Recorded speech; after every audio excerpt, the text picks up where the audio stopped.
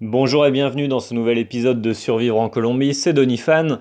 Et hier, je me suis fait piquer par un moustique en plein visage et je me suis retrouvé avec une grosse balafre sur la joue droite. Et donc, eh bien, ça m'a donné l'idée de partager avec toi une anecdote qui remonte à maintenant un peu plus de 2 ans. L'époque où j'ai eu la chance d'attraper la dengue.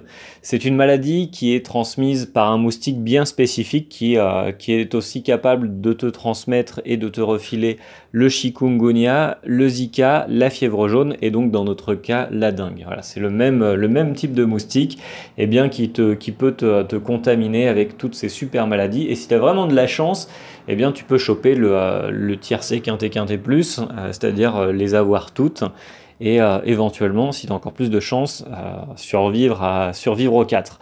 Et donc moi, j'ai eu le droit à la dengue il y a maintenant 2 ans.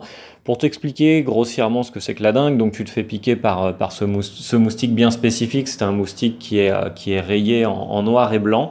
Et ça débute comme une bonne grosse grippe qui t'empêche de te lever. Et moi, dans mon cas, ça a vraiment été très très fort. Je me suis retrouvé, je me souviens, avec un épisode, une nuit où je me suis réveillé et je voyais en blanc. Je voyais des flashs blancs, je voyais pas vraiment ma chambre. Et voilà, j'étais complètement desséché, complètement vraiment mal. Et dans mon cas, ça a duré 2 semaines, mais après, généralement, ça dure entre une semaine et 10 jours. Et vu que je suis un gros chanceux, juste derrière, j'ai réussi à attraper une angine. Donc ça m'a fait un bon mois de convalescence. Alors pour revenir sur la dengue, l'angine c'est pas très très intéressant, mais pour revenir sur la dengue, c'est vraiment une fièvre qui est très très forte, c'est vraiment une grippe qui est impressionnante et on ne peut rien faire contre. C'est-à-dire qu'il n'y a pas de vaccin et il n'y a pas non plus de remède miracle. Il faut prendre son mal en patience, boire énormément d'eau, prendre des antidouleurs. Alors après, on peut pas prendre tout et n'importe quoi. Il y a certains médicaments qui ne sont pas recommandés parce que la dengue peut se transformer en dengue hémorragique. Alors là, par contre, dans ce genre de cas-là, c'est-à-dire que tu as éventuellement du sang qui va sortir de ton nez et alors j'ai un petit doute, mais si je me souviens bien de ce que j'avais recherché, éventuellement ça pourrait sortir de tes yeux aussi. Là dans ce cas-là, on parle plus d'une petite grippe, on parle d'une maladie qui est vraiment mortelle. Mais pour revenir sur un point qui peut peut-être t'intéresser un peu plus, au-delà de la dengue, qui est vraiment une maladie qui fait vraiment pas mal souffrir, même si au final, c'est juste une très grosse grippe, au même titre que le Zika et la fièvre jaune, c'est des maladies auxquelles on peut survivre, même s'il y a des gens qui en meurent. Eh bien, au niveau santé, au niveau prise en charge, j'ai vraiment été impressionné parce que c'est vraiment la première fois où j'avais une grosse maladie, où j'avais vraiment un épisode médical relativement compliqué à traverser en Colombie. Et j'ai été très très très bien reçu, très très bien accompagné. C'est-à-dire que tous les matins, on m'obligeait à me rendre dans mon centre de santé pour faire des prises de sang et pour mesurer et juger de l'évolution de mon état.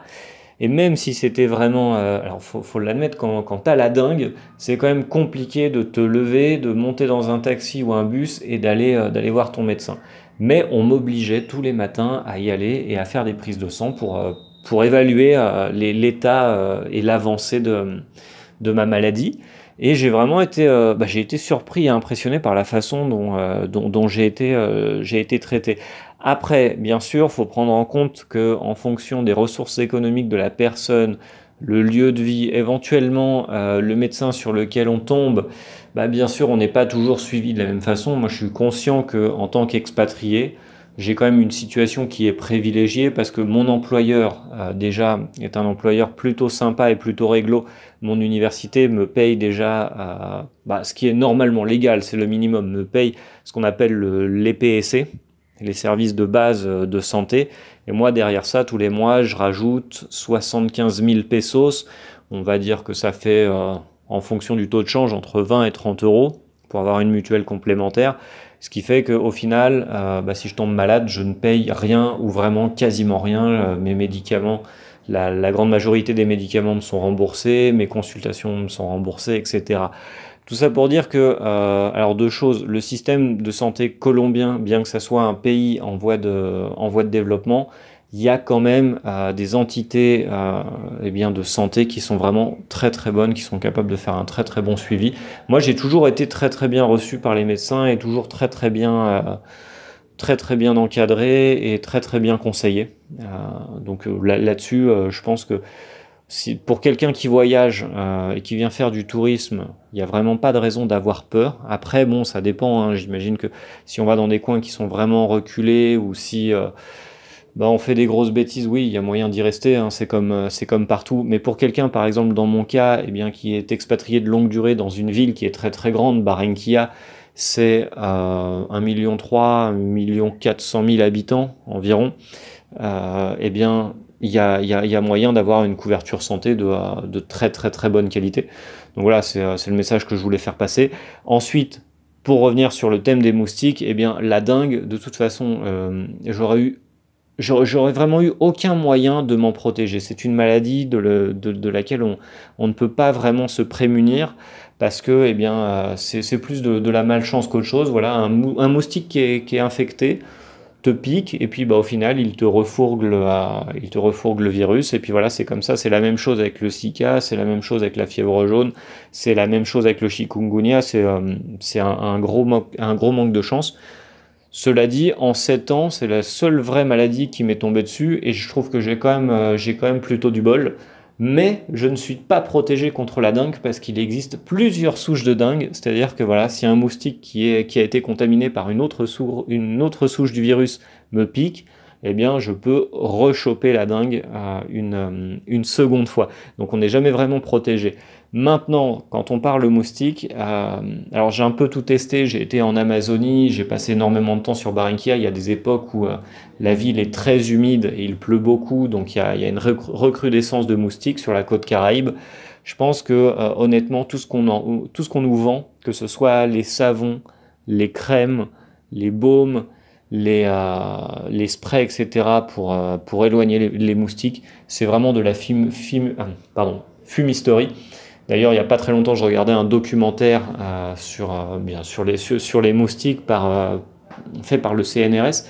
Et les mecs expliquaient, les scientifiques expliquaient de toute façon, les moustiques, tout ce qu'on nous vend pour nous en protéger, c'est du pipeau, c'est du pur marketing. Et d'expérience, honnêtement, entre les moments où je mets des produits qui repoussent les moustiques et quand je n'en utilise pas, franchement, je ne vois pas la différence. La seule vraie protection contre les moustiques, c'est de se couvrir, c'est-à-dire de ne pas se trimballer en tongs constamment, avec un pantacourt constamment, et torse nu en permanence, toujours avoir un jean, toujours avoir des habits à manches longues, quand on va dans des zones à risque, dans des parcs naturels, en Amazonie, etc. Alors je sais que c'est compliqué pour quelqu'un qui vient faire du tourisme. Moi je pense que ma vision et mes sensations par rapport à la chaleur ont évolué. Maintenant je suis en jean tout le temps et je ne transpire plus. Mais je comprends que quelqu'un qui vient à peine d'arriver en Amazonie ou sur la côte Caraïbe ait du mal à se balader en jean tout le temps. Mais ça reste la meilleure protection pour ne pas se faire piquer. Et là, je parle des moustiques, mais il y a aussi d'autres animaux qui sont bien sympas, enfin des insectes, pardon. Je pense notamment à des mouches, j'ai oublié comment elles s'appellent, mais j'ai découvert ça sur Minka il y a quelques mois. Des mouches qui se posent sur toi, t'anesthésient, te mangent un petit bout de peau et s'en vont avec ton petit bout de peau, et puis tu te retrouves avec un petit trou sur la peau, et puis tu t'en rends compte qu'après. Mais pour l'avoir vu de mes yeux vus, une mouche manger un petit bout de peau de quelqu'un, c'est quand même relativement impressionnant. Et toutes ces choses-là, on ne peut pas s'en protéger si on ne se couvre pas en fait. Ça reste la meilleure solution, c'est d'avoir des habits qui sont épais, qui sont manches longues, qui protègent. Donc voilà, aujourd'hui c'était pour parler de la dengue, de la médecine et en vrac des moustiques. Si tu as envie de partager tes trucs et astuces sur comment se protéger, se prémunir des moustiques et des éventuelles maladies qu'ils véhiculent, si toi aussi tu as chopé la dengue, le chikungunya, la fièvre jaune ou c'était quoi l'autre? La dengue, la fièvre jaune, le chikungunya ou j'ai oublié.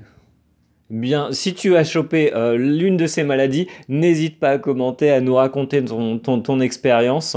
Et je te dis à très très bientôt pour un autre podcast sur l'expatriation en Colombie, le business en Colombie, les chocs culturels. Je vais te mettre en commentaire dans la description, je te mets quelques liens qui expliquent comment bien te protéger des moustiques, quels sont les vaccins indispensables à faire avant de venir faire un tour en Colombie et deux, trois autres petites infos. Je te mets tout ça en commentaire du podcast et je te dis à demain pour continuer à discuter Colombie, expatriation, business et choc culturel. À très très bientôt.